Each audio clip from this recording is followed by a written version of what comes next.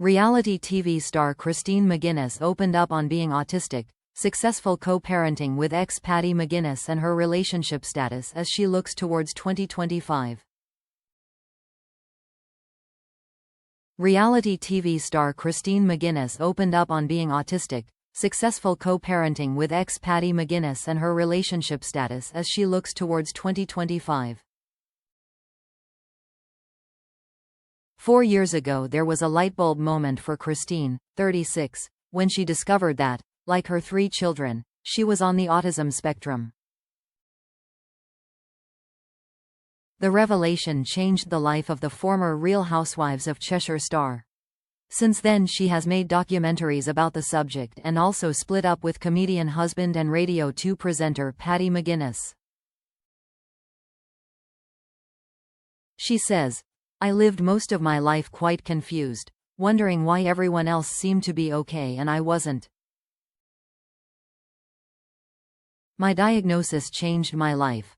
Now resolutely single, Christine seems to have the world at her feet and one priority: the kids she shares with Paddy, twins Leo and Penelope, 11, and Felicity, 8. During an exclusive chat with OK, she says, "I have absolutely no romance goals whatsoever. I'm just focusing on my children, and when I can find time for myself, I'll socialize.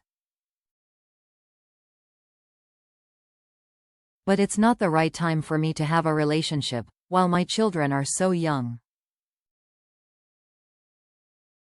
Her 11-year marriage to Paddy, 51, came to a very public end in 2022, shortly after their first documentary, Paddy and Christine McGuinness, Our Family and Autism. She has made a second documentary, Christine McGuinness, Unmasking My Autism, which also highlighted her innate charm, common sense and admirable honesty about her condition. She says, "It's a battle to try and keep it real and help people understand you can be capable of having a relationship and being successful at work, and you can also be autistic. There are areas where you need extra support. I wouldn't be doing everything I do without it. That's maybe not something anyone wants to shout about, because they want to look like they're doing well, they're independent." Christine is very grateful for all her good fortune and is not craving sympathy. She says, "I'm extremely lucky. Of course, it's difficult when you've got personal things going on and it feels like everyone, the cat and the dog, has an opinion about your life." Born in Blackpool, Christine grew up on a Liverpool council estate where there was little expectation that anyone would be a success. She says, "No one ever really moved out of the area we lived in. No one was really ambitious. So, I feel grateful to have the opportunities that I've got. Yes, it comes with challenges sometimes, but that's part of it." Her autism had been diagnosed when she filmed Strictly the Real Full Monty for ITVX in 2021, but it had not been made public. In the program she stripped down to a pair of bejeweled, frilly knickers to raise money for cancer charities. She says, "I found it really overwhelming because I was performing in front of loads of people. That was quite scary and I couldn't pretend that I was okay." She was far more comfortable in this year's BBC Two series Pilgrimage, The Road Through North Wales. The pilgrimage was a journey of self-growth.